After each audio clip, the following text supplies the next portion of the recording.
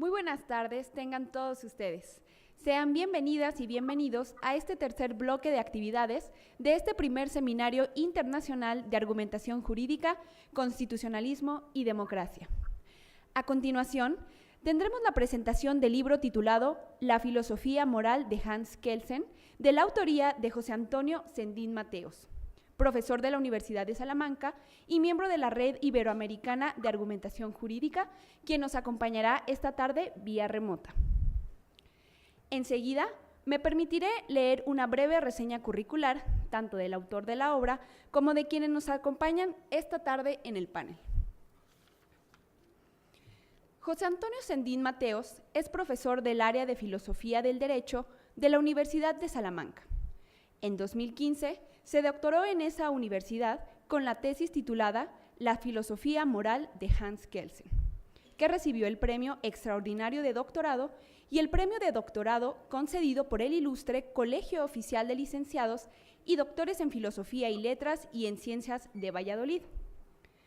Ha trabajado en materia de teoría del derecho, teoría de la justicia, filosofía moral y filosofía política. Cuenta con publicaciones diversas y ha participado en varios proyectos de investigación. En la actualidad, investiga sobre publicidad, transparencia y secretos de Estado. Asimismo, es miembro de la Clínica Jurídica de Acción Social de la Universidad de Salamanca, donde coordina la línea temática de memoria histórica. Ha sido investigador en el Hans Kelsen Institute de Viena y, como les referí, es miembro de la Red Iberoamericana de Argumentación Jurídica. Leticia Bonifaz es licenciada y doctora en Derecho por la Universidad Nacional Autónoma de México, donde ha impartido cátedra por más de 3 décadas. Fue becaria del gobierno de Italia para realizar una investigación postdoctoral en la Universidad de Bolonia. Se ha desempeñado en distintos cargos, entre ellos como directora de la Escuela Judicial del Tribunal Electoral del Poder Judicial de la Federación, como consejera jurídica y de servicios legales del Gobierno del Distrito Federal y directora de la División de Estudios Jurídicos del Centro de Investigación y Docencia Económica. Se destaca su continua participación en foros, tanto en México como en el extranjero, con temas sobre equidad de género, técnica legislativa, derechos humanos y procuración de justicia, democracia, globalización, grupos indígenas y derecho alternativo. Ha publicado trabajos científicos en diferentes países y artículos de opinión en el periódico El Universal de circulación nacional. Actualmente se desempeña como directora general de Estudios, Promoción y Desarrollo de los Derechos Humanos en la Suprema Corte de Justicia de la Nación. Rafael Estrada Michel es abogado por la Escuela Libre de Derecho. Cuenta con un diplomado en Antropología Jurídica por la Escuela Nacional de Antropología e Historia y grado en Derecho Constitucional y Derecho por la Universidad de Salamanca con premio extraordinario de doctorado. Es profesor de Derecho Público, de Derechos Humanos y de Historia Jurídica en la Universidad Nacional Autónoma de México, la Universidad Panamericana, la Universidad Autónoma de Nuevo León y la Escuela Libre de Derecho, en la que fungió como secretario académico. Fue coordinador de la Maestría en Derechos Humanos de la Universidad Iberoamericana y de la Maestría en Derechos Humanos y Seguridad Pública del Instituto Latinoamericano de la Comunicación Educativa. Es profesor de la Maestría en Historia Eclesiástica en la Universidad Pontificia de México, así como profesor de la Maestría en Derecho Constitucional en la Escuela Libre de Derecho y del doctorado en Derecho de la Universidad La Salle. Es integrante además del Comité Científico de la Universidad de Florencia y pertenece al Observatorio de Análisis de los Sistemas Internacionales de la Universidad Externado de Colombia. Asimismo, es autor de 11 libros, entre ellos Monarquía y Nación entre Cádiz y Nueva España. También nos acompaña esta tarde don Luis Ariel Salanueva Brito. Es abogado por la Escuela Libre de Derecho con la tesis de las relaciones y diferencias entre interpretación y argumentación jurídica, un estudio sobre la manera en que los abogados y jueces plantean y resuelven los casos. Dicha tesis fue laureada por el Sínodo Examinador, quien también le otorgó mención al examen profesional. Asimismo, la escuela le otorgó varias condecoraciones a lo largo de su carrera. Su práctica profesional se ha enfocado a litigio civil, mercantil y amparo. Actualmente es socio del despacho Sánchez Medal, fundado por don Ramón Sánchez Medal en 1942. Ha sido profesor adjunto de las materias Seminario de Contratos, Historia General del Derecho, Filosofía del Derecho, Métodos y Técnicas de Investigación Jurídica y titular de la Clínica Práctica Jurisdiccional, todas impartidas en la Escuela Libre de Derecho. Actualmente es titular de la Cátedra Ética y Argumentación Jurídica, impartida en el segundo año de la carrera de abogado en la Escuela Libre de Derecho. Es autor además de varios estudios jurídicos y ha impartido conferencias y clases en varias universidades y escuelas jurídicas. Asimismo, es miembro de la Red Iberoamericana de Argumentación Jurídica. Sin más preámbulos, cedo la palabra a Ariel Salanueva Brito. Muy buenas tardes. Primero que nada quiero agradecer a mis compañeros de mesa de estar aquí, doña Leticia, Rafael. Muchísimas gracias. Realmente considero que esto es y debe de ser ante todo una fiesta y una celebración por la amistad que hemos hecho durante esa estancia intensa y divertida, por decirlo menos, en la Universidad de Alicante. Y me quiero referir fundamentalmente al orden ahorita en que vamos a exponer. Primero voy a dirigir unas breves palabras, después va a participar don Rafael y finalmente la doctora Bonifaz. Bueno, William Blake decía que el pájaro tiene un nido, la araña tiene una tela y el hombre tiene la amistad.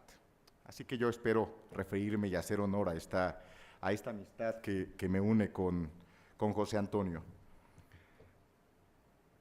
Tuve la fortuna aquí en la escuela de tener grandes maestros, tanto de filosofía del derecho como de teoría del derecho. Uno de ellos fue precisamente el padre de Rafael Estrada y otro fue don Jorge Gagiola, que ayer nos acompañó en la presentación del libro. Y eran grandes maestros en parte por su capacidad para dirigirnos una clase magistral. Sin embargo, creo que la clase magistral no es la única forma de adquirir cierto conocimiento de la filosofía del derecho y la teoría jurídica.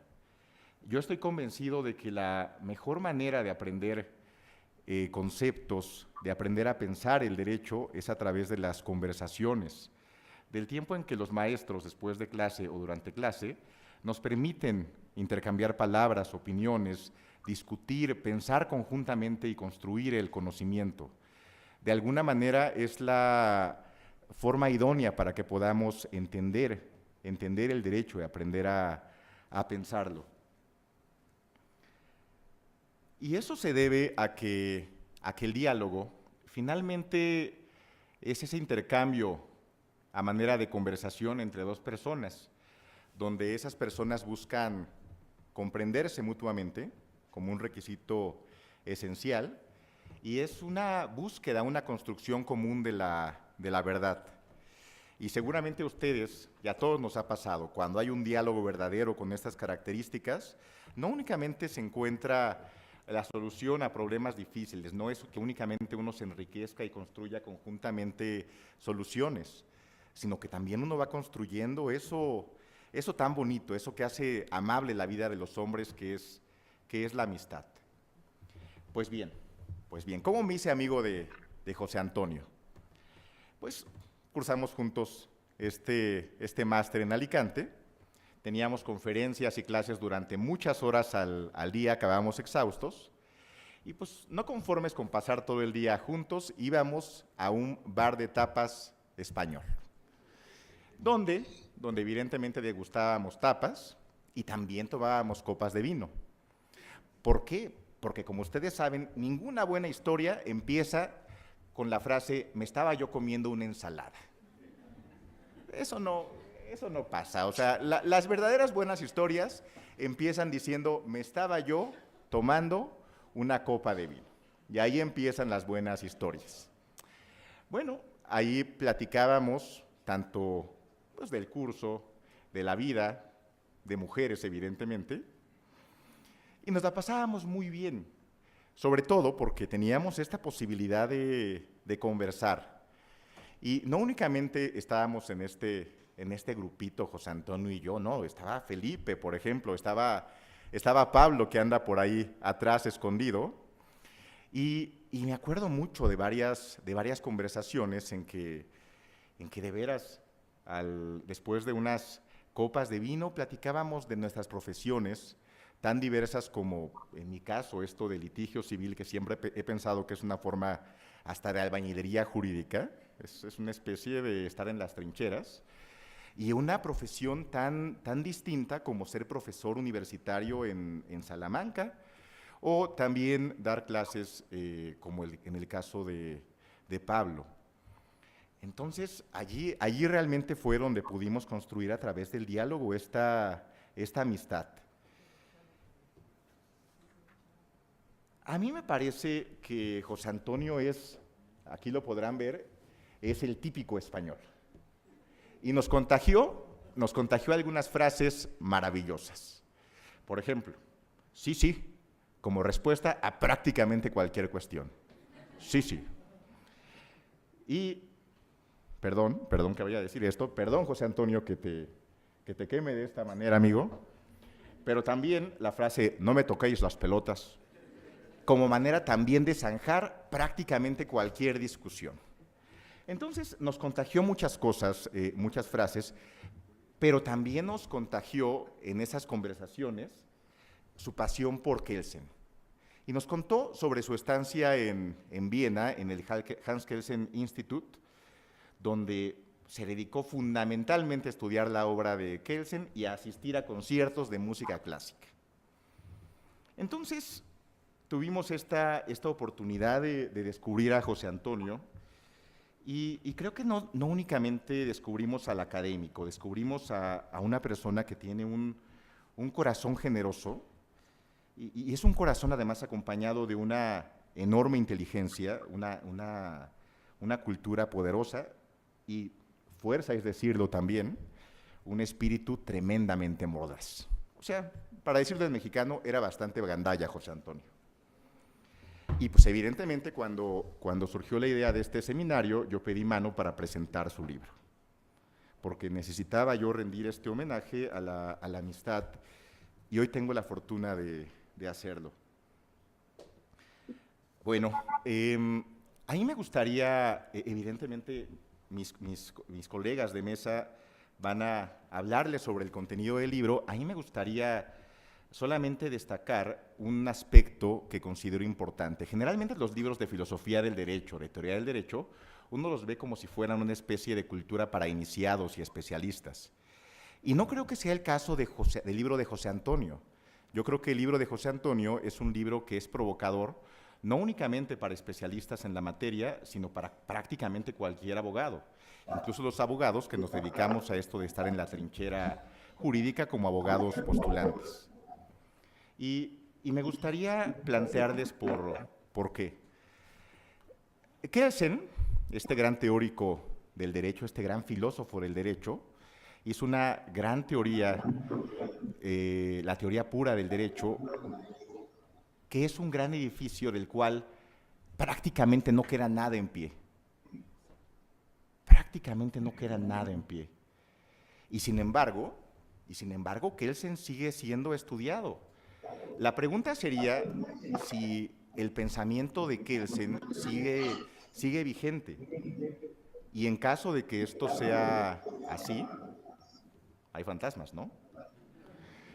En caso de que esto sea así, pues habría que preguntarse por qué razón. Bueno, creo que en la construcción del conocimiento, filosófico, lo que importa fundamentalmente son las preguntas. En filosofía, lo que importa fundamentalmente es plantearse bien las preguntas. Entonces, ¿qué es lo que hace Kelsen? Kelsen lo que hace fundamentalmente es hacer las preguntas adecuadas y plantear un aparato conceptual que aún hoy nos sigue siendo útil para entender ciertas partes del derecho. Y creo yo que la pregunta fundamental que se hace Kelsen es precisamente qué es el derecho positivo. Pero se hace esta pregunta, eso es muy importante, creo yo, más allá de ideologías, más allá de pensar en cómo vamos a justificar el derecho o cómo vamos a atacarlo. Se pregunta qué es el derecho en sí. Y esto es importante porque el derecho tiene una gran carga emocional y una gran carga valorativa. Uno piensa que si está en el derecho, debe de ser bueno. O uno piensa que la idea que tiene uno en particular del derecho es, de alguna manera, la idea que el derecho sostiene. Y se debe precisamente a esta confusión entre qué es el derecho y qué es lo que debe ser el derecho, lo que es en sí mismo y la ideología. Desde mi trinchera, que comparto con algunos de mis amigos aquí presentes, es una pregunta esencial. Si uno se pierde y confunde qué es el derecho y qué debe de ser el derecho, uno no va a encontrar una manera de verlo en forma objetiva, de confrontar la propia visión del derecho con otras perspectivas diferentes y poder establecer si la propia postura resiste la crítica, el análisis de otras personas, como por ejemplo el contrario o como por ejemplo el juez. Entonces, esta pregunta, plantearse qué es el derecho, más allá de ideologías, más allá de defenderlo o de atacarlo, es una pregunta sumamente esencial.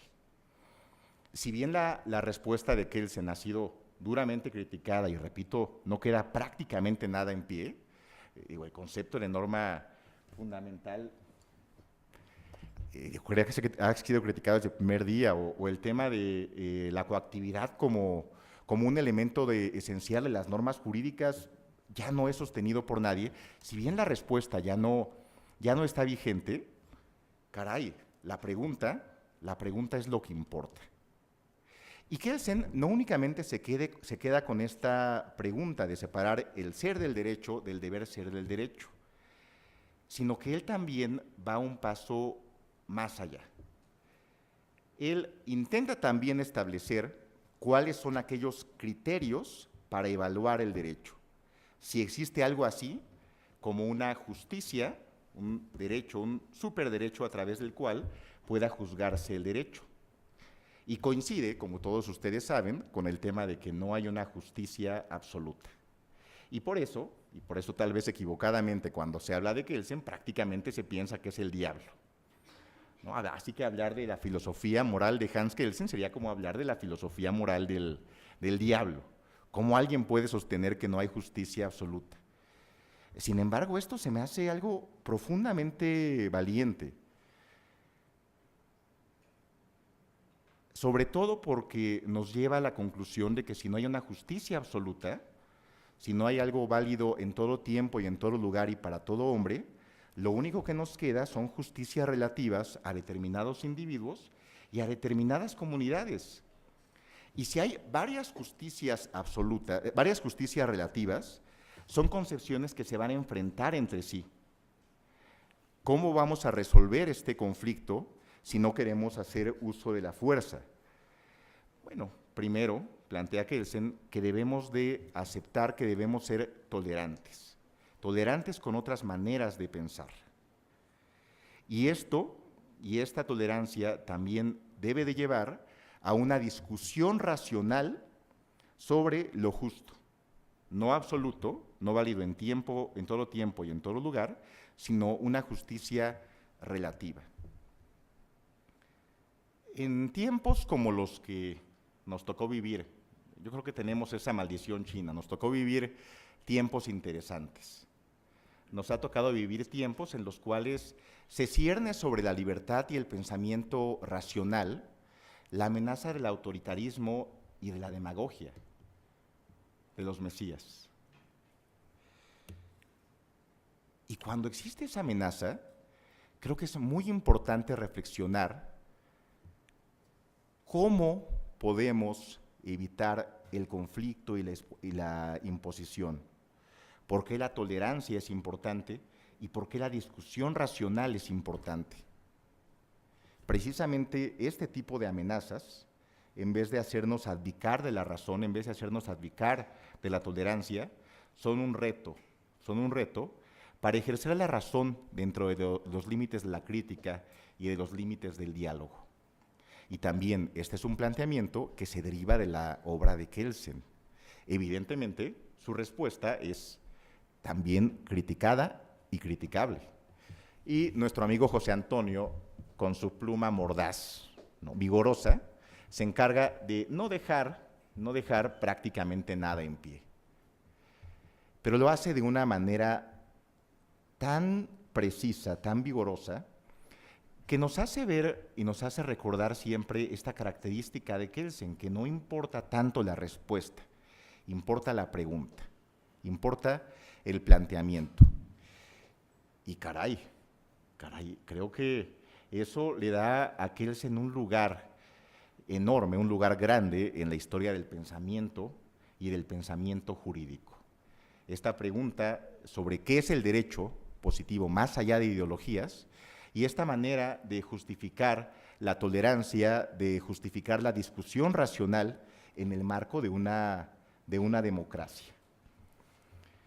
Les quiero confesar una cosa, de hecho dos cosas.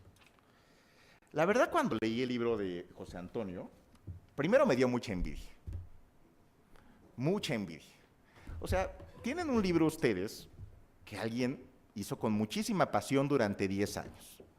Y se ve que José Antonio se divirtió como enano cuando escribió este libro. Y caray, yo creo que si alguien se pudo dedicar 10 años a hacer algo que le apasiona, es algo digno de envidia. Y a mí me dio mucha envidia. Y luego, cuando finalicé de leerlo, también tuve agradecimiento, porque aterriza este autor en una forma sencilla, una forma precisa, y a pesar de que lo critica, a pesar de que destruye sus respuestas, nunca nos deja de lado esta importancia de Kelsen como alguien que supo plantear las preguntas importantes. Y pues evidentemente al plantear estas preguntas, al hacernos reflexionar con él, eso merece un profundo agradecimiento. Finalmente yo quiero agradecer a José Antonio la oportunidad de presentar el libro. Evidentemente mi profesión no pretende ser la de un académico, mi profesión siempre ha sido la de un abogado postulante y realmente estoy aquí por accidente de la amistad. Entonces, tener este privilegio para mí me llena de agradecimiento y también el hecho de poder presentar este libro en mi escuela, en nuestra escuela, y de poder presentarlo también con nuestros amigos de Alicante, con quien compartimos el pan y la sal y esa copichuela de vino, o esas muchas copichuelas de vino que hicieron de Alicante una historia interesante. Muchas gracias.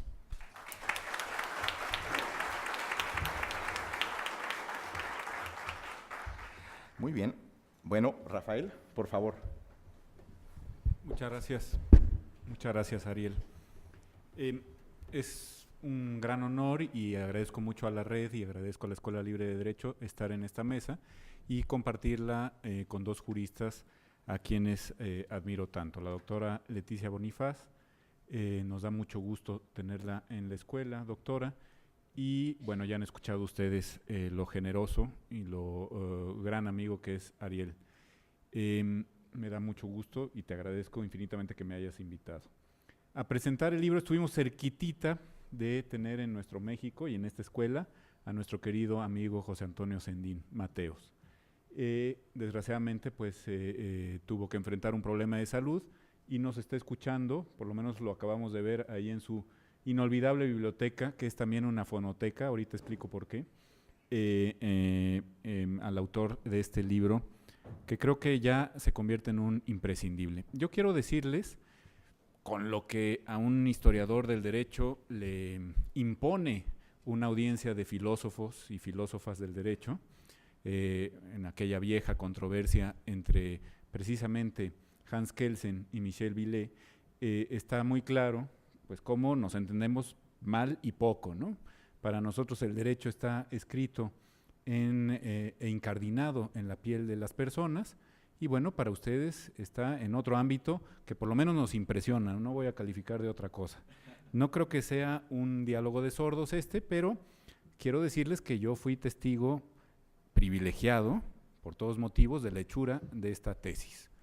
Y lo fui porque la Universidad de Salamanca pues tenía la muy buena idea, por lo menos en lo que a mí respecta, de juntarnos a los historiadores y a los filósofos. Como éramos evidentemente 3 gatos, los que nos interesábamos en eso y no en una materia, digamos, más lucrativa del derecho, pues no hallaban dónde ponernos y a mí me tocó en suerte compartir despacho con José Antonio Sendín. Y la verdad es que, pues, mientras yo le hablaba de Miguel Artola o de Gaspar de Jovellanos, pues él me trataba de hablar de Hans Kelsen y yo no entendía nada y yo no sé si él entendía algo, pero tratábamos por lo menos de divertirnos y lo hicimos y mucho. Yo también le tengo mucha envidia, entre otras cosas porque mis 2 hijos se anunciaron prontamente, se nos acababa la beca, había que regresar a América, entonces mientras yo escribía a pasos más que veloces la tesis para poder solventar los gastos de mi familia increciendo, pues José Antonio se divertía mucho tratando de entender al gran amigo de Praga y se divertía en serio, en ese y en otros conceptos. La doctora Bonifaz me ha hecho el honor, creo, de ser el único ser vivo que ha sido capaz de leer mi tesis in integrum. Yo por eso le tengo un enorme agradecimiento, porque bueno, pues pasó muchas horas sometida a esa tortura. Pero no vamos a hablar aquí de Cádiz. Me impresionó la erudición de Leticia cuando pudo leer este mamotreto, ¿no?, como decimos en México, sino que vamos a hablar de la filosofía moral de Hans Kelsen. Y yo, pues como ustedes me impresionan mucho desde el punto de vista de la argumentación que decía Ariel Salanueva y desde el punto de vista de la filosofía, y como quiero mucho a José Antonio, como quise mucho a su padre, que era un español de estos ejemplar, que se fue a trabajar a Alemania y regresó triunfante a su tierra, un tema que ahora José Antonio nos toca de la manera más directa en este doliente México que se está convirtiendo en un estrecho de Gibraltar, todo él, en donde están retenidos en la frontera sur por mandato de vecinos más septentrionales, mandato vergonzoso y vergonzante, hermanos de las repúblicas centroamericanas a quienes absurdamente y también por imposición les exigimos un visado para ingresar a nuestro país, que por cierto fue su país, pero ya prometí no hablar de Cádiz, ni del primer imperio mexicano, aunque lo haría con mucha mayor solvencia que de Hans Kelsen, por cierto. Bueno, es un tema que nos toca de manera muy directa. El padre de José Antonio era un castellano de estos luchón, brillante, fuerte, que regresó, ya lo digo, triunfante desde las tierras tedescas a su Salamanca, a su campo charro. Y su madre, una persona verdaderamente maravillosa, que nos acogió siempre con enorme cariño a mi familia y a mí. Y por eso, pues yo preparé unas líneas escritas para que no se me vaya a ir nada. No acostumbro leer, pero ya les digo que me impresionan mucho ustedes. Y luego los filósofos, dicho también con todo respeto, empiezan a argumentar que no dijo uno lo que sí dijo, y empieza aquí una discusión que preferiría yo ahorrarme. Ya lo digo por cariño y también por impresión académica. Bueno, José Antonio Sendín Mateos formaba parte de un impresionante grupo de investigación en filosofía jurídica, en filosofía moral, esa tradición 8 veces centenaria, precisamente hoy, en 2018, 8 veces centenaria la tradición de la Universidad de Salamanca, en donde en buena medida se inventó la América Latina. El grupo se hallaba presidido por el profesor José Delgado Pinto, que nos dio a más de una lección de universidad. Dirigía la tesis de José Antonio el profesor Miguel Ángel Rodilla, una figura de referencia no solo en el ámbito de la teoría jurídica, sino también en el de la práctica constitucional, y motivo por el cual yo tuve la enorme fortuna de intercambiar varios tardes muy entretenidas y muy útiles, muy fructíferas para mi tesis con el propio profesor Rodilla. Era José Antonio, estoy hablándoles del año 2000, un chico de trato grato, de una impresionante sapiencia musical. De hecho, Javier Infante, el historiador, lo apodaba el devoto de Haydn. Y allá por el año 2000 empezó a enseñarme a mí muchísimo de música, tengo que decir que ciertamente su paciente pedagogía excedía y con mucho al primer clasicismo vienés. No hablábamos, Ariel, de mujeres porque pues yo no podía, pero sí, por ahí hubo algunos Ribera del Duero que pasaron por las armas de esa paciente pedagogía musical que ya les menciono. También abarcaba su sapiencia Viena, toda Viena, no solo el primer clasicismo vienés de Haydn, de Mozart, sino toda ella. Y de hecho José Antonio, como ha dicho Ariel, completó su investigación en 2 fructíferas estancias en el Hans Kelsen Institut de la capital austriaca. Dedica memorables páginas, a mí me encantaron, en este libro, a describir el ambiente de la Viena de Kelsen, que es la Viena de Zweig, de Musil, de Schoenberg, de Berg, de Wittgenstein, de Klimt, de Freud, de Hofmannsthal y de tantos otros, en ese infinito círculo, el círculo de Viena, que no pudo ser el del desdichado emperador de México. Entre tanto, un servidor volvía con mucha prisa, porque se acababa la beca, según ha quedado dicho, a América, a la América acentuada, con la incógnita de si algún día leería el apasionante trabajo sobre la filosofía moral de Kelsen, frente a cuyo título tantos ceños se fruncían burlonamente, tantas cejas se alzaban, porque todo el mundo a un lado y a otro del Atlántico se hacía la misma consideración que el profesor Salanueva. ¿Es posible una filosofía moral en Hans Kelsen? Y aquí está, 17 años después, en esta preciosa edición de Marcial Pons. El prefacio, a cargo del propio profesor Rodilla, nos recuerda a las claras los 3 puntos en los que falló el ilustre jus filósofo de Praga, en concepto siempre de Rodilla. El otro K de Bohemia. La ausencia de conceptualización de las normas no coactivas, dice Rodilla. La imposibilidad de un sistema compuesto exclusivamente por normas sancionadoras y nunca normas de referencia.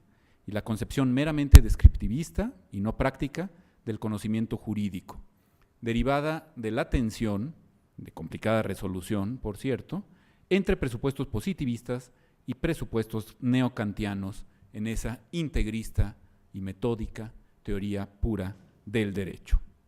Y aquí cabe algo que comentábamos tras bambalinas, o más bien en la primera fila de este auditorio, que lleva el nombre de un ilustre positivista mexicano, Emilio Rabasa, con la doctora Bonifaz. Le pasa a Kelsen como le pasó a otro alemán célebre, a Carlos Marx. Ya no les voy a dar clase a ustedes de esto, pero ya me dirán si es cierto o no lo que digo. A Carlos Marx lo interpretaron muy mal los marxistas, a grado tal que se dice que tuvo que decir yo no soy marxista. Me da la impresión que a Hans Kelsen también lo interpretaron muy mal los kelsenianos, con el respeto que me merezcan quienes estén aquí y se integren a esa posición teorética, y creo que Kelsen pudo haber dicho, y de hecho medio lo dijo al final de su vida, corríjanme, yo no soy kelseniano. Y sin embargo, en el enorme Kelsen, poseedor de una admirable honestidad intelectual, de una capacidad descriptiva a toda prueba, el positivismo no es una excusa, por más ceños fruncidos y cejas levantadas que veamos, no es una excusa para el escepticismo moral. Pasa, en cambio, que para nuestro autor, expulsado de su cátedra de la Universidad de Colonia, como ha recordado Jaime del Arenal, a partir de la aplicación del más vomitivo de los absurdos voluntaristas, lo moral, en puridad sistémica jurídica, debe llamarse más bien constitucionalmente regular. Con algo de inconsecuencia, si se quiere, el luminoso Kelsen del Tribunal Constitucional defendió durante toda su vida los valores relativos, claro está, pero fundamentales, de la democracia y del pluralismo, según ha recordado Ariel. Así lo probó, como recuerda Sendín, en su ejercicio como juez constitucional de la Corte Austriaca, algo que se sabe poco. Fue juez de regularidad constitucional, esa corte que él mismo había delineado, como se sabe, en 1920. Precisamente, el gran momento en esta historia está en el debate sobre el control de la constitucionalidad que sostiene con Carl Schmitt.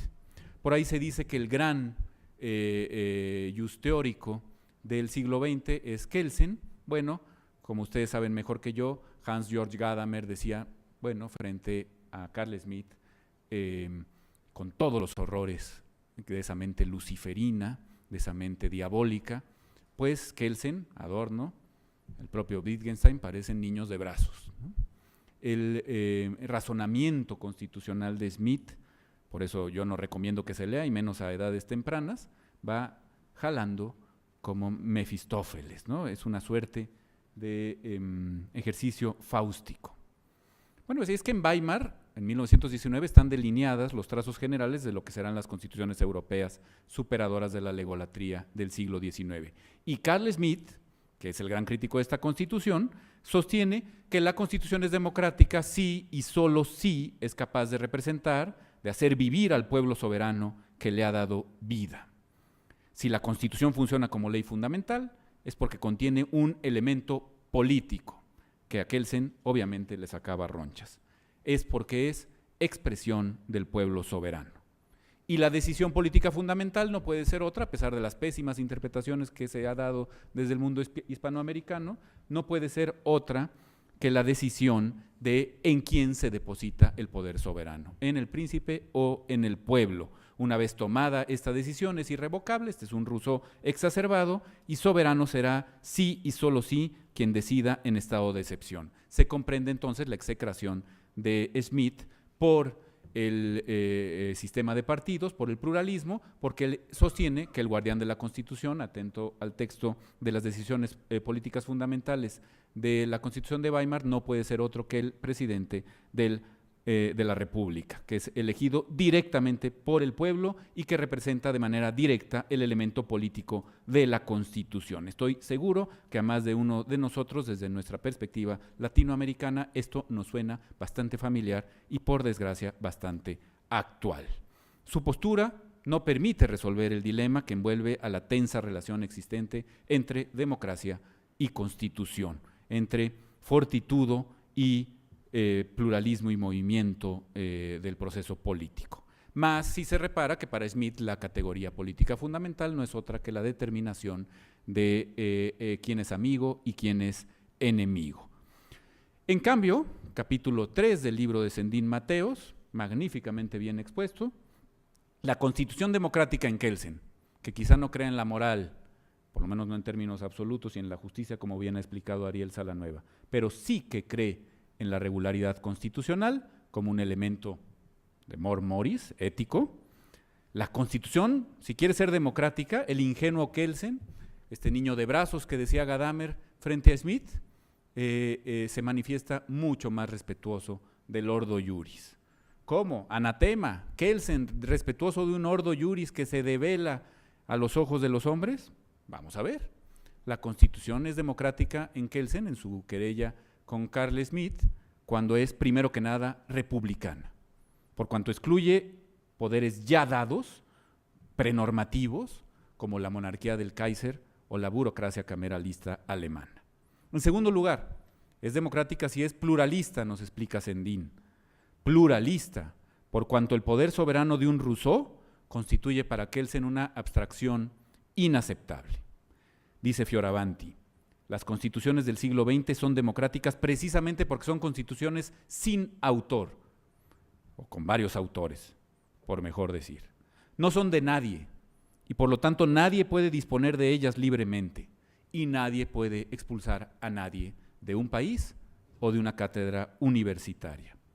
La Constitución no es producto de un poder, en Kelsen, sino de un proceso deliberativo, un proceso de mediación, de composición, de representación de la pluralidad de fuerzas políticas.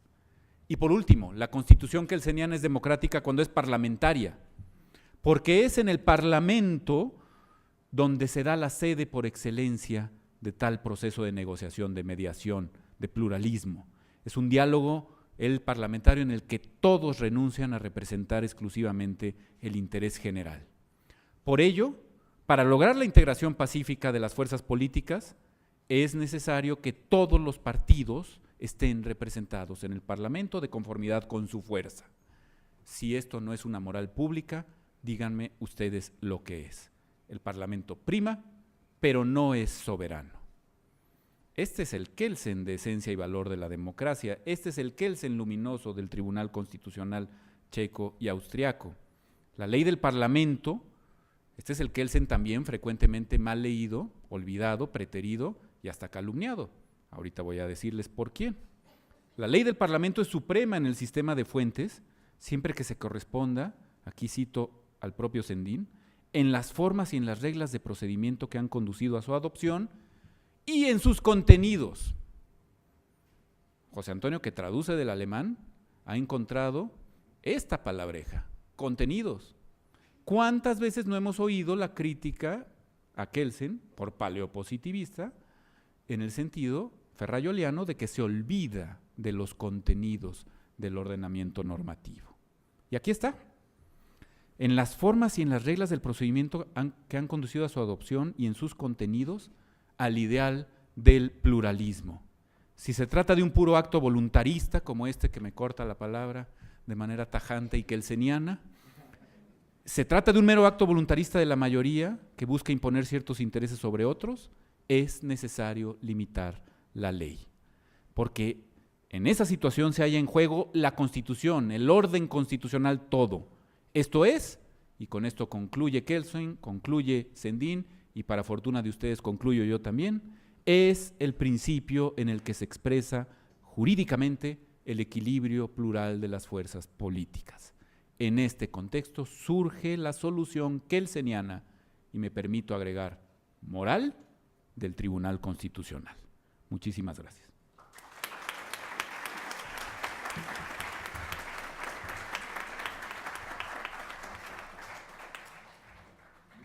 Rafael, veo la cara de Sendín serio, pero contento. Doctora, por favor, sus palabras. Muchas gracias. Bueno, primero decirles que es un gusto estar aquí siempre, porque para mí cada vez que estoy en la Libre de Derecho rindo homenaje a un amigo muy querido, maestro de Sociología del Derecho de esta escuela, mi amigo Martín Díaz. Y le rindo homenaje no solo porque tuvo una partida prematura, sino porque era uno de los filósofos del derecho más agudos de este país, un hombre de una inteligencia fuera de serie. Y justo con Martín comentamos más de una vez muchos temas alrededor de Kelsen. Incluso hay un artículo publicado por Martín donde a Kelsen le llama sociólogo involuntario del derecho. Y a mí me gusta muchísimo esa parte porque efectivamente de la teoría pura podemos seguir sacando muchas cosas, además de la serie de fuentes que José Antonio Sendín marca en este libro. Saludo a distancia a José Antonio, nos hubiera encantado que estuvieras aquí, qué lástima que no se pudo, pero aquí estamos contigo gracias a la tecnología. Bueno, también ahorita que recordaba Rafa que nos une Cádiz y nos une Chiapas indirectamente y nos une Honduras y nos une Emilio Rabasa y muchas cosas que dijiste que dices, bueno, cómo todo termina coincidiendo. Que el nombre de este auditorio es por el padre de mi maestro o el abuelo. Por el abuelo, el padre. El padre. No, el abuelo, perdón. El abuelo chiapaneco. Oscar Borrabasa. Emilio Oscar. Emilio Oscar, el canciller. Pues era el abuelo. El abuelo. Ahí está platicando con don Pablo Macedo. Ah, perfecto. Bueno, ¿por qué lo digo? Porque fue Emilio O. Rabasa, mi maestro de constitucional, quien invitó a Kelsen a venir a México en 1960. Entonces, el auditorio liga con Kelsen y además Emilio Rabasa, nieto de chiapaneco, que liga con lo que acaba de decir Rafa, en relación al punto que yo decidí seleccionar. Del libro, a mí me gustó y preferí irme directo para comentar con ustedes el punto 2. El punto 2, que es parte también de lo que Ariel eligió, que son los aspectos fundamentales de la filosofía moral kelseniana, empieza con el relativismo moral de Kelsen. Y esto para mí es muy relevante para comentar hoy, porque es en donde, y ya lo dijo Rafa también ahorita con los contenidos, en donde Kelsen pudo haber estado más distorsionado. Coincido con lo que se dijo. Hay muchas personas que creyeron a entender a Kelsen y lo que entendieron de Kelsen lo pasaron a sus alumnos en una en un libro que se puede escribir que se llame Kelsen y el teléfono descompuesto. Porque realmente entre la traducción del alemán al inglés o al español o lo que sea y lo que dicen que dijo Kelsen, resultó que todo el mundo entendió lo que quiso entender, y eso no está mal, que entiendas lo que hayas, pero que después enseñes y le digas a tus alumnos que Kelsen en su lecho de muerte dijo: me arrepiento de que la norma hipotética, historias que yo he oído que digo, bueno, ¿y eso quién se los puede creer? Bueno, entonces, les voy a platicar mi experiencia personal. Yo no llevé un buen curso de filosofía de Derecho en la UNAM, tuve una muy mala maestra, no voy a decir su nombre, pero afortunadamente, terminando la carrera, yo decidí, porque era mi convicción, ser maestra de introducción al estudio del derecho. Y en el curso de formación de profesores para introducción al estudio del derecho, tuve muy buenos maestros. Y entre esos muy buenos maestros tuve un muy buen acercamiento a Kelsen. Y desde entonces no solo me enamoré de Kelsen, sino soy defensora de oficio nombrada por Kelsen desde donde se encuentre. ¿Por qué? Porque trato de mostrar lo que no dijo y lo que sí dijo a partir de todo su trabajo, y me da muchísimo gusto que comparta yo con José Antonio, sin saberlo, parte de esta pretensión de decir qué es lo que realmente Kelsen dijo respecto a la parte que elegí, que es el relativismo moral de Kelsen. El párrafo que lo voy a leer textual del libro que estamos comentando dice: Kelsen explica su concepción de la justicia presentando su posición relativista y escéptica en oposición a un conjunto de doctrinas que agrupa bajo el título genérico de doctrinas absolutistas. En su opinión, el absolutismo ético se puede definir a grandes rasgos como una doctrina que defiende una concepción absoluta de la justicia y cree que se pueden justificar valores morales absolutos con todo lo que ello implica. Admitir que hay una única moral válida y posible que excluye de antemano otros contenidos de justicia alternativos. Me gustó muchísimo cómo inicia, porque aquí está la esencia de lo que va a tratar en este capítulo segundo, y que es el tema de por qué Kelsen es un relativista y escéptico. En favor de Kelsen, yo quiero decir que prácticamente fue el filósofo del derecho más importante de la primera mitad del siglo XX y permitió que todo el mundo hablara o dijera lo que Kelsen decía o tratara, como lo dijo Ariel, de derribar, no sé por qué, pero todos a tratar de derribar ese edificio.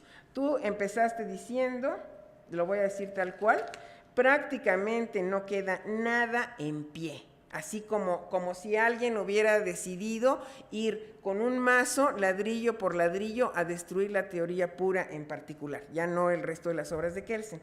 Y luego dijiste algo que me pareció realmente relevante, que fue: ¿pero queda el aparato conceptual?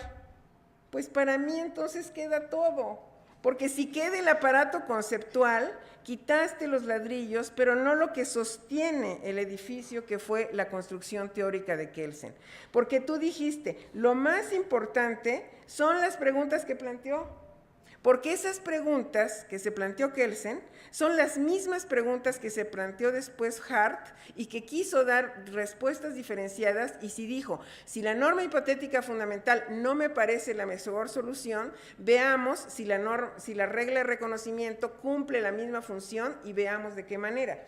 Pero la esencia de la utilidad de Kelsen en relación a la que construyó, para mí que está allí, y tú lo dijiste porque dijiste, ahí está el aparato conceptual, aunque habías dicho no queda nada en pie. Para mí, el hecho de decir, a ver, hay alguien que quiso romper a inicios del siglo XX con todo lo anterior, y ya eso tiene mucho mérito, porque cuando Kelsen elabora su teoría pura, dice, voy a tratar, como lo dijiste, de separar el ser del deber ser, pero el sein del sollen, pero fundamentalmente de decir, no voy a hablar del derecho que es y no del derecho de cómo debe ser hecho.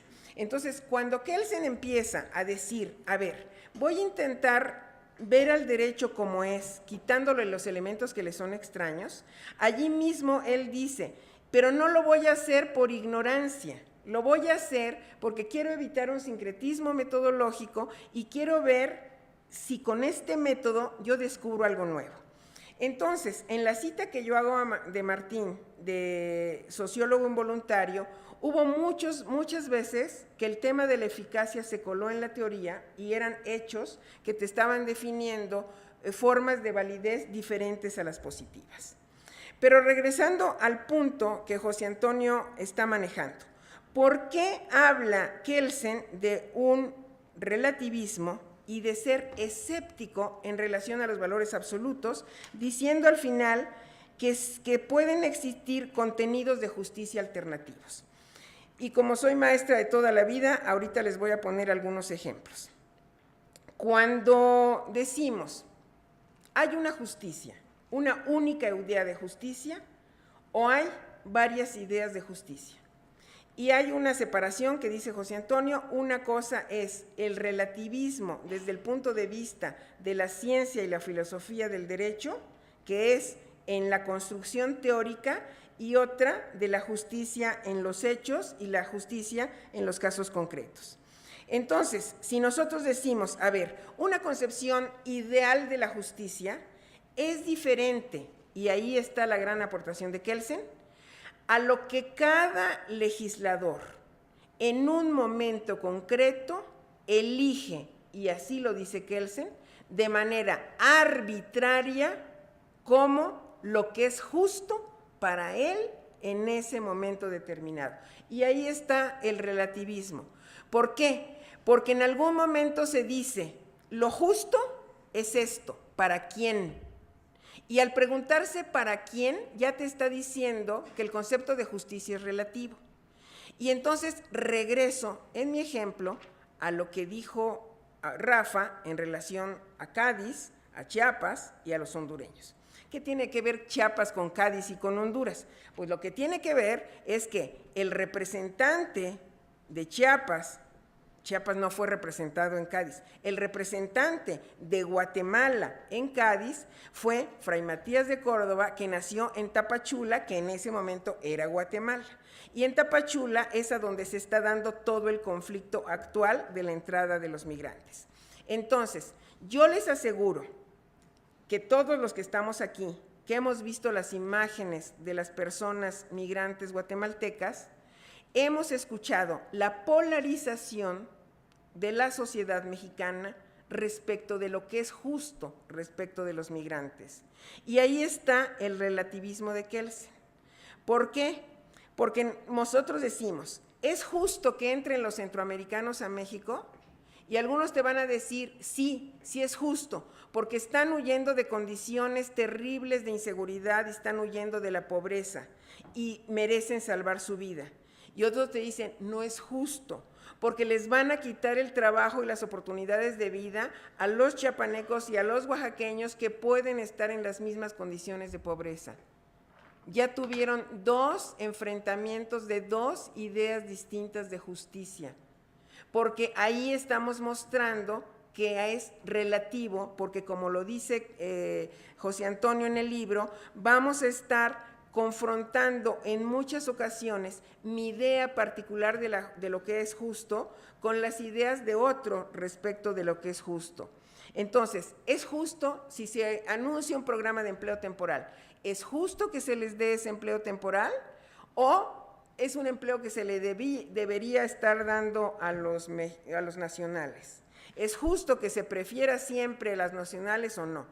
Y nuestra posición respecto de la gente que está viniendo de Centroamérica, si nosotros pasamos a Estados Unidos y dicen lo mismo respecto de los mexicanos, entonces nos molesta, porque decimos que no es justo que los gringos hagan lo que hacen con los mexicanos cuando nosotros lo estamos justificando, y al hablar de justificar estamos diciendo hacer parecer justo, justificar el trato que nosotros estamos dando en el sur y que reprobamos en el norte. Si nosotros decimos, es justo por ejemplo, respecto de Centroamérica también, que atendamos a las instrucciones de Trump en vez de que atendamos a lo que realmente estamos decidiendo como nación independiente. ¿Es justo que lo recibamos con policía, con cascos y escudos? ¿Qué es lo justo? Y esas son las preguntas que Kelsen se va a preguntar, que Kelsen se va a hacer, y él definitivamente te va a decir que está clarísimo para él que no existe la justicia como una idea intangible de algo que está allí planteado básicamente por todos los autores previos a él, como el conjunto que él llama de doctrinas absolutistas, en donde la justicia te aparece como un valor absoluto, a cuando empezamos a ver toda la relativización de la moral, porque cada quien está tomando su propio punto de vista y está tomando en particular las diferencias que tiene que hacer. Ariel decía algo también relevante en Kelsen. En Kelsen sí aparece la palabra tolerancia. Hoy nosotros diríamos que la tolerancia no es el mecanismo ya para tratar de convivir con el otro y con el diferente, porque el tolerar pareciera que es, aquí le consta en la dichosa palabra jurídica, como se llame, cuando decimos, bueno, te tolero, estás allí y me aguanto, no me queda de otra, es diferente a una aceptación de derechos y concepciones diferenciadas que tengo respecto de todo el que puede tener alguna posición diversa a la mía. Ya para ir terminando les diría que hay una parte aquí misma en el libro en donde habla de los fines, entra a una parte teleológica y habla de la racionalidad teleológica que permite la justificación de acciones como medios para alcanzar fines, pero no permite justificar fines, pues desde el relativismo ningún fin se puede justificar intrínsecamente, sino que cada individuo puede determinar subjetivamente los fines que a su entender merecen alcanzarse. Así pues, aunque el fin puede justificar los medios no justifican el fin. Y eso podría ser en parte lo que hoy vemos como nuestra guerra contra el narcotráfico.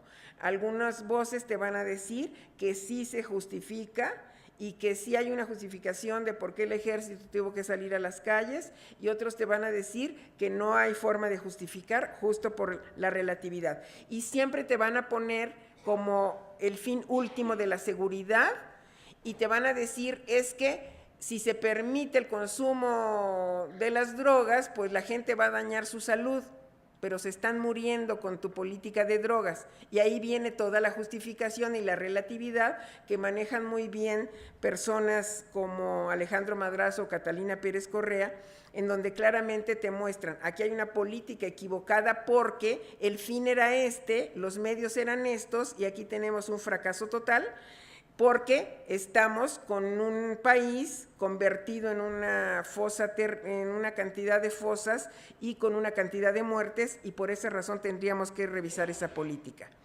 Entonces, cito todavía una parte del libro. Hay un segundo sentido en el que, según Kelsen, se podía decir que ciertos fines están justificados en la medida en que estos se contemplan como medios para alcanzar ulteriores fines. Se generaría así una cadena de fines que conduce en última instancia a asumir que hay un fin último denominado un fin supremo. Kelsen explica que el problema central de la moral en general y de la justicia en particular es determinar si el fin último es justificable, algo que desde el relativismo se niega. Sin embargo, a veces se intenta responder a esa cuestión en términos absolutos, lo que a su juicio se explica por la necesidad humana de justificar los propios actos, una necesidad que es ajena a quienes se suman coherentemente al relativismo. Entonces, los legisladores actuales decidieron adoptar, en mis ejemplos, una política migratoria, una política de drogas.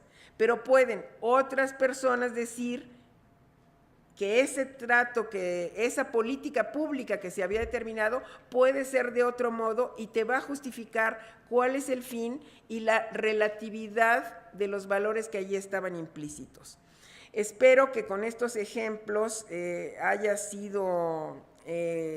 generado como la curiosidad para revisar estas partes del libro. Tenía yo muchas otras marcas, pero ya no va a dar tiempo de tratarlas, pero lo que sí quiero decirles que el esfuerzo que hizo José Antonio de sistematizar y de sacar de toda la obra de Kelsen la parte de la filosofía moral, que desde mi punto de vista no solo está implícito, sino que está explícita en muchas partes de los trabajos de Kelsen, particularmente en el librito de ¿Qué es la justicia? Pero aquí nos lleva y nos trae José Antonio en un paseo muy útil para que quienes dudamos de haber entendido bien lo que dijo Kelsen, sobre todo respecto de los valores, nos quede muy claro que cuando fue criticado al punto que le decían que por decir que la norma podía tener cualquier contenido, entonces estaba justificando al nazismo, es un punto en donde eso se ha repetido hasta el cansancio, cuando en realidad lo que te está diciendo es el legislador en un cierto momento elige ciertos contenidos que son los que considera justos en ese momento, en un contexto determinado, y eso es lo que hace la relatividad del valor. Muchísimas gracias.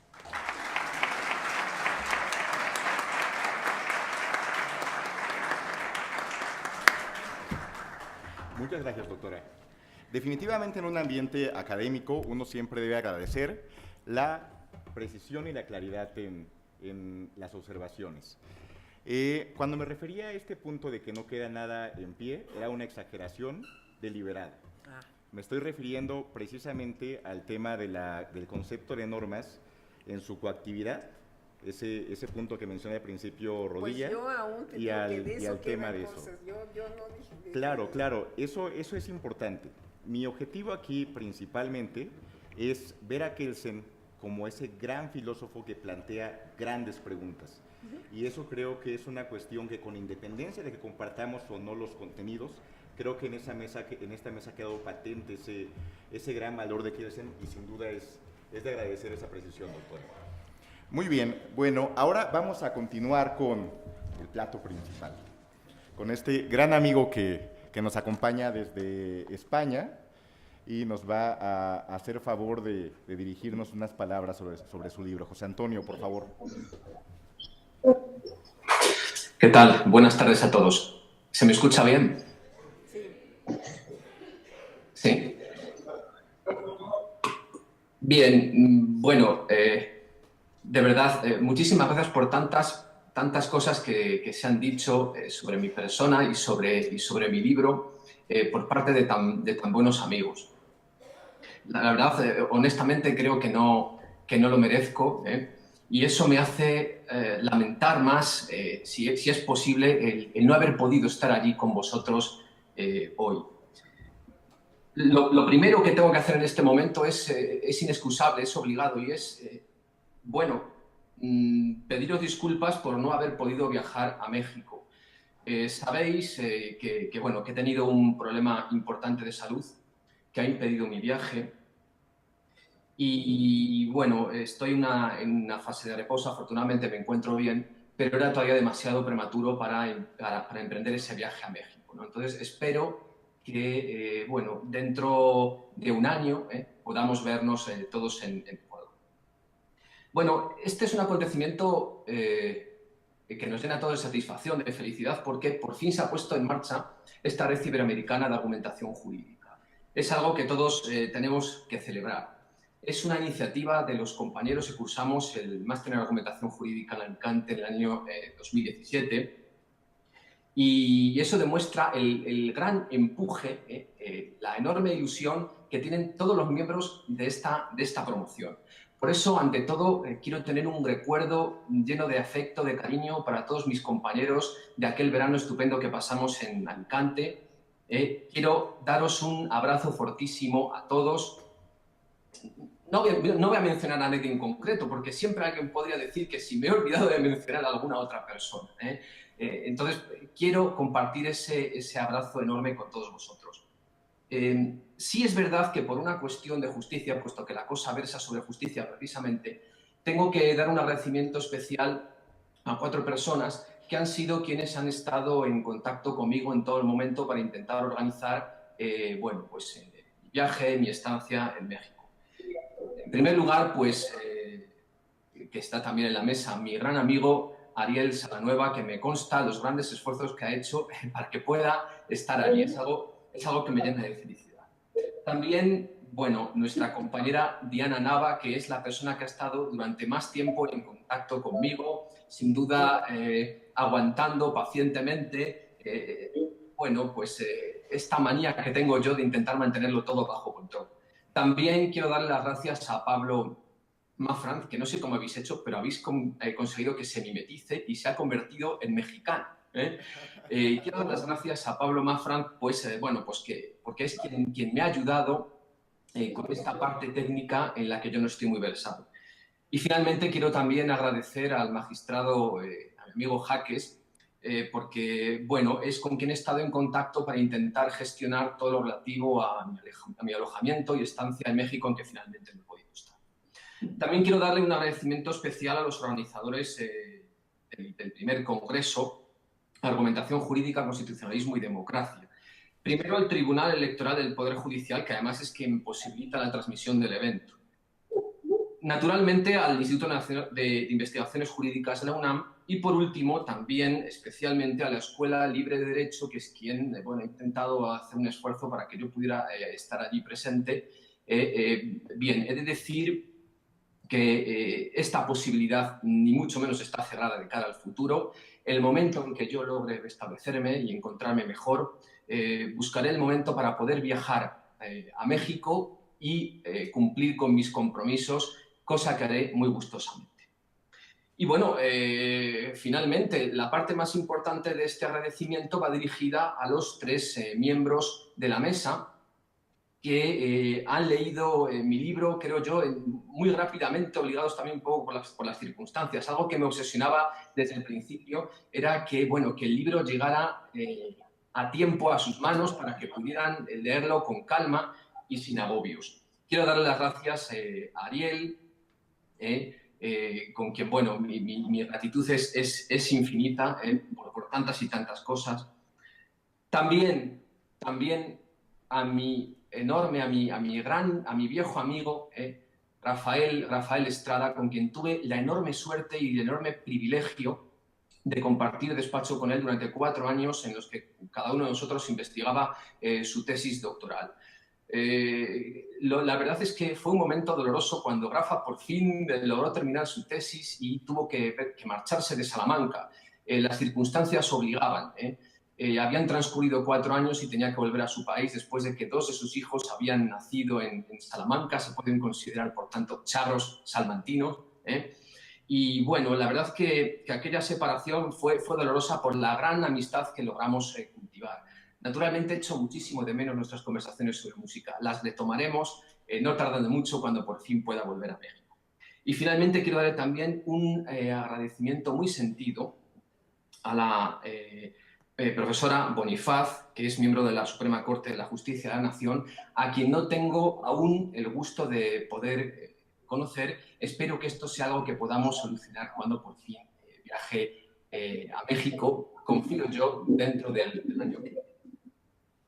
Bueno, entrando ya en materia, al principio había preparado un pequeño resumen de la temática del libro, que yo creo que no tiene mucho sentido reproducir aquí hoy, porque bueno, eso está a su disposición. Me parece a mí que la mejor forma de invertir este tiempo del que dispongo es, respondiendo o haciendo algún comentario a alguna de las observaciones que ustedes han tenido a bien dirigirme.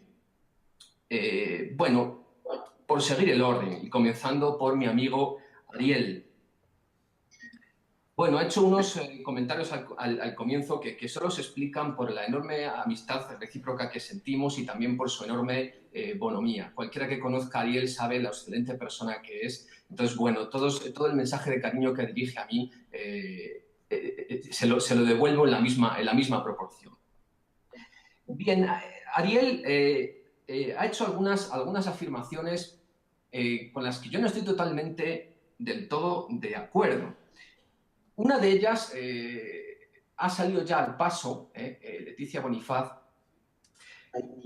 cuando Ariel expresa que prácticamente no queda nada en pie dentro de la teoría pura del derecho. Y a continuación se pregunta, bueno, ¿por qué se sigue estudiando?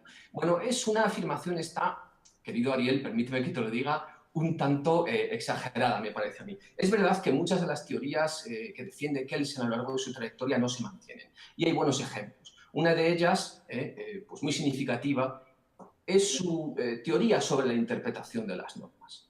Esa es una teoría claramente fallida, no es que sea fallida a día de hoy, era fallida en el mismo momento en el que el propio Kelsen la formuló, y no se sostiene. A partir de ahí, es exagerado decir que, bueno, no queda nada en pie de la teoría pura del derecho, como si ese edificio se hubiera derrumbado por completo. No puedo estar de acuerdo con eso, por la sencilla razón porque Kelsen desarrolla todo un aparato conceptual, todo un aparato de conceptos que sigue siendo compartido a día de hoy por juristas, teóricos y prácticos del derecho, incluso sin ser plenamente conscientes de ello. Esa es mi forma de entender. Es decir, los juristas siguen expresándose en conceptos kelsenianos, utilizando categorías kelsenianas, incluso cuando son críticos con Kelsen. Por utilizar una expresión que es de mi maestro y que bueno, le debo un agradecimiento enorme por las razones que ha mencionado también Rafael. Según mi maestro Rodilla, el gran mérito de la teoría pura del derecho de Kelsen es, por así decirlo, haber cartografiado o trazado el mapa de los problemas fundamentales de teoría del derecho. Puede ser muy exagerado decir que antes de Kelsen la teoría del derecho era una disciplina subdesarrollada. Esto es ciertamente exagerado. Ya se había cultivado mucha teoría del derecho antes de Kelsen, pero es verdad que en buena parte gracias a él le debemos a todo ese trabajo de sistematización y de elaboración de un aparato conceptual que sigue siendo plenamente vigente a día de hoy. Tanto es así que Kelsen, en su pretensión de explicar el funcionamiento de los sistemas jurídicos, el funcionamiento efectivo de todos los sistemas jurídicos, con independencia y se tratan de sistemas jurídicos propios de estados democráticos o de estados autocráticos, o de sistemas jurídicos que son más bien propios del derecho primitivo. Algo que dice Kelsen es que todo sistema jurídico solo puede entenderse gracias a una serie de conceptos jurídicos fundamentales, sin los cuales el funcionamiento efectivo de esos sistemas no se puede entender. Bien, aunque solo sea por el desarrollo de esa tarea de los conceptos jurídicos fundamentales, hay que decir que una parte importante del edificio kelseniano sigue en pie y no parece, desde luego, que se vaya a derrumbar en el breve tiempo. Bien. Una última cosa que dice también mi amigo Ariel. Hace referencia a que Kelsen insiste en que no existe una justicia absoluta. Bien, esto es cierto. Ha insistido en ello también mucho Leticia Bonifaz, aludiendo a los puntos centrales del relativismo kelseniano. Es verdad que no existe una justicia absoluta, pero fíjense, hay una obra, un artículo que proviene de la conferencia de despedida de Kelsen como profesor en activo en la Universidad de Berkeley. Es un artículo de 1952 que se titula What is Justice? Por cierto, esa conferencia pueden ustedes escucharla en YouTube, pueden escuchar al propio Kelsen impartir esa conferencia, bueno, pues con su inglés centroeuropeo, que es terrible, lamentablemente no hay imágenes, pero esa conferencia puede ser escuchada. Bien, pues hay un momento, hay un pasaje en esa conferencia, en ese texto What is Justice, en el que Kelsen nos dice que aunque, bueno, los juicios de valor son relativos a cada individuo, existe una cierta convergencia de base dentro de las valoraciones de la mayoría de los individuos que pertenecen a un mismo grupo social. Esa convergencia se produce, él viene a sugerir algo parecido, prácticamente como una cuestión de hecho. Kelsen no dice nada más al respecto. Claro, a partir de ahí la pregunta obligada sería la siguiente. ¿Y qué es lo que motiva que se provoca esa convergencia de hechos? Esta sería la pregunta más interesante a la que él, sin embargo, no puede dar respuesta. No puede dar respuesta y no puede transitar por ese camino porque esa cuestión solo se va a plantear en esos términos 30 años después, cuando por fin accede al primer plano de la discusión filosófico-jurídica la ética del discurso de autores como Habermas y Apel en Europa, o la teoría de la justicia de John Rawls en América. Claro, esto es indicativo de que para Kelsen y antes de Kelsen, la cuestión relativa a qué es la justicia siempre se había planteado como una cuestión epistemológica. Cuando nos preguntamos, ¿podemos justificar intersubjetivamente juicios de valor morales? Kelsen se formula esta pregunta de la siguiente manera: ¿podemos conocer lo que es justo? ¿Los seres humanos tienen algún tipo de capacidad que les permite conocer lo que es justo? Bien, esto es algo que se plantea en los mismos términos prácticamente durante 2500 años. A partir de los años 70 del siglo XX nos encontramos que las cuestiones relativas a la justicia y justificación intersubjetiva de juicios morales ya no se plantea tanto como una cuestión epistemológica, sino que lo que se pregunta es si a una serie de condiciones ideales los individuos pueden ponerse de acuerdo en la justificación de ciertos principios de justicia. Bien, paso ya a las observaciones que ha hecho mi amigo Rafael Estrada, a quien tengo que agradecer ese recuerdo cariñosísimo que ha tenido a mi familia, y en especial a mi padre, que falleció en el año 2006, coincidiendo con la época justamente en la que yo realizaba mis estancias en Viena. Fue una época muy difícil para mí por todo el trabajo que tenía que emprender y bueno, la enfermedad de mi padre no hizo sino complicar las cosas. Rafael, pues ha hecho gala de la enorme amistad que siente hacia mí, también de su gran sensibilidad. Y que haya tenido este recuerdo a día de hoy, quiero agradecérselo muy especialmente. Bien. Rafael ha hecho una mención relativa al judaísmo y a Kelsen. Hay que decir una cosa a favor de Kelsen. Bueno, a favor, cada uno puede interpretarlo a su manera, ¿no? Pero es un hecho que, a diferencia de muchos intelectuales de su época, muchos intelectuales vieneses de esa época, Kelsen nunca cae en la tentación de reivindicar sus orígenes judías, ni mucho menos. Él se mantiene siempre como un agnóstico en materia religiosa y además defiende ese agnosticismo de manera coherente. Cuando pienso en algún intelectual de aquella época que reivindica su judaísmo, Rafael ha mencionado a Stefan Zweig. No hay más que leer su literatura, sus libros, sus ensayos para darse cuenta de que es verdad. El propio Sigmund Freud, cuando se ve obligado a exiliarse en Inglaterra, también hay una reivindicación expresa de esos orígenes judíos. La familia de Kelsen, sus abuelos, habían nacido en una localidad llamada Brody, que estaba en la Galicia polaca. Después sus padres se trasladan a Praga. Bien, las raíces judías están claras, pero es cierto que a la hora de desarrollar una teoría del derecho, Kelsen nunca cae en la tentación de reivindicar ese elemento. Bueno, otro aspecto importante que ha tocado Rafael, y es interesantísimo, es la polémica entre Kelsen y Smith. Claro, volver sobre este tema en este momento, con todo lo que puede dar de sí esta conversación, no tiene mucho sentido. Sí es cierto, que frente a lo que muchos han creído, creo yo, erróneamente, frente a lo que muchos han creído de forma equivocada, el positivismo no es una teoría jurídica que sirva de sustento o de báculo al Tercer Reich, ni mucho menos. Y esta es una idea bastante extendida, lamentablemente. La profesora Bonifaz ha insistido también en los equívocos que suelen rodear a la teoría de Kelsen. Claro, la cuestión es, sobre Kelsen se han escrito líneas, páginas enteras, libros enteros, un caudal casi inabarcable de literatura en materia de teoría del derecho. Ahora, la cuestión es, ¿quién ha leído directamente a Kelsen?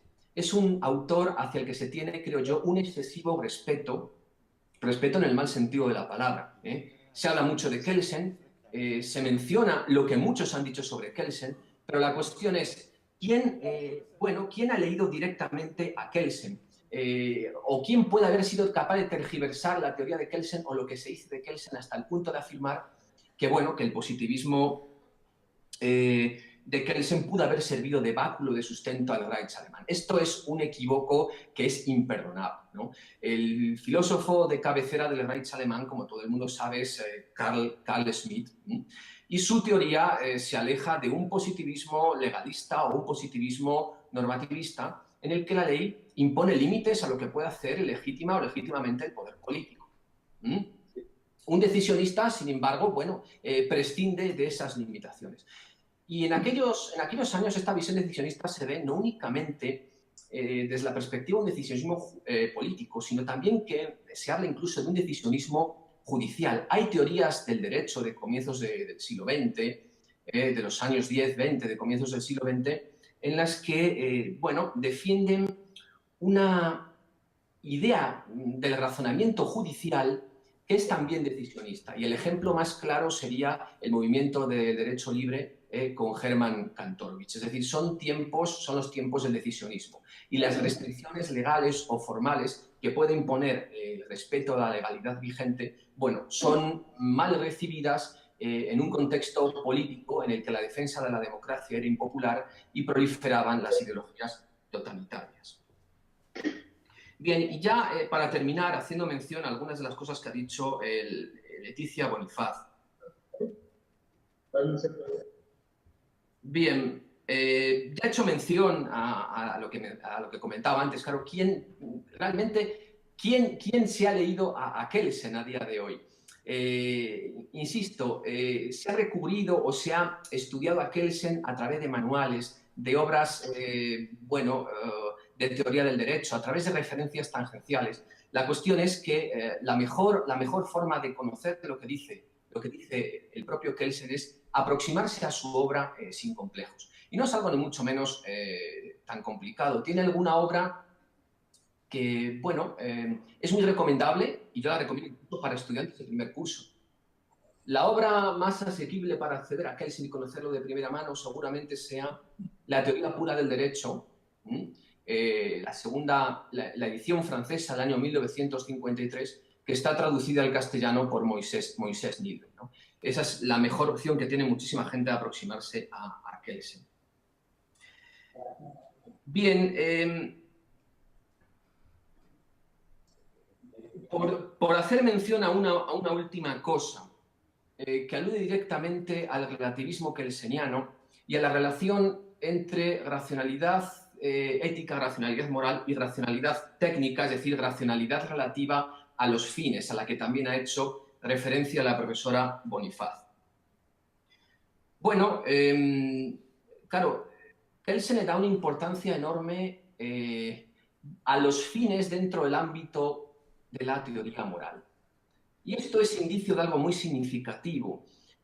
Cuando Kelsen combate contra lo que él llama absolutismo ético, está pensando fundamentalmente, creo yo, en las éticas antiguas, que son en su gran mayoría éticas teleológicas. Por ejemplo, critica bastante la concepción metafísica de Aristóteles y también hay elementos de crítica heredados de Aristóteles en los reproches que dirige después contra Santo Tomás de Aquino. Y luego ni qué decir tiene, el gran enemigo de Kelsen, esto queda claramente reflejado en el libro, el gran enemigo de Kelsen es Platón.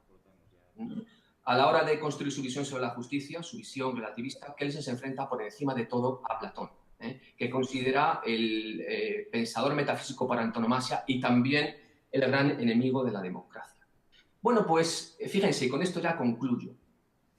Al identificar a Platón como su gran enemigo y al enfrentarse sobre todo a las éticas antiguas y a las éticas teleológicas, queda meridianamente claro que la teoría moral de Kelsen es antigua, sin que esto pueda sonar o sin que deba sonar peyorativo. Con antiguo no quiero decir anticuado. Aquí se aprecia un claro contraste, mientras que en el ámbito de la teoría del derecho Kelsen está, sin ninguna duda, a la vanguardia.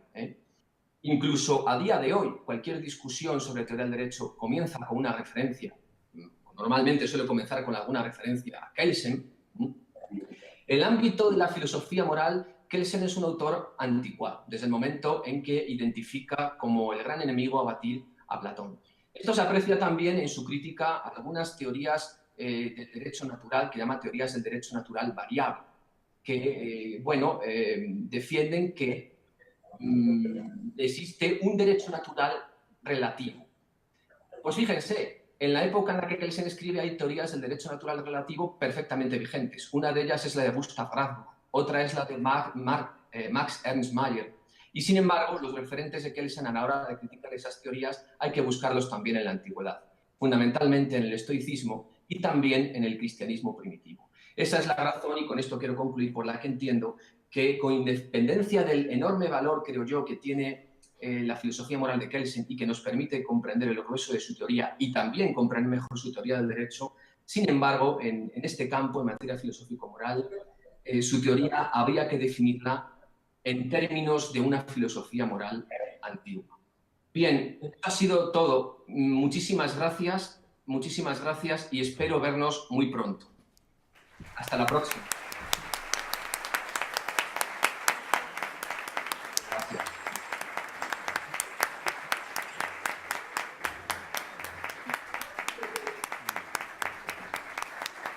Gracias. Gracias. Una cosa que aprendí de José Antonio, y es de las cosas por las que lo aprecio tanto, es que me enseñó este aspecto alicantino. Uno tiene que oír a los amigos y cuando no está de acuerdo hay que decirlo. Y eso es muestra de amistad. Creo que aquí se ha demostrado ese gran valor y es una cosa que nuevamente, José Antonio, te agradezco. Doña Leticia, muchísimas gracias por estar aquí, por las referencias que nos hace hacia nuestra escuela, hacia el estado de Chiapas, que además es tan lindo y que tiene tanto que ver con la escuela por nuestro maestro Rabasa. Y caray, Rafa, muchas gracias por todo, por estar aquí, por compartir el sínodo y más estar aquí también un día después de tu cumpleaños que tenemos que celebrar y seguramente nos llevaremos a José Antonio a celebrar tus cumpleaños futuros y por supuesto a hacerlo más mexicano que el tequila y los chilaquiles.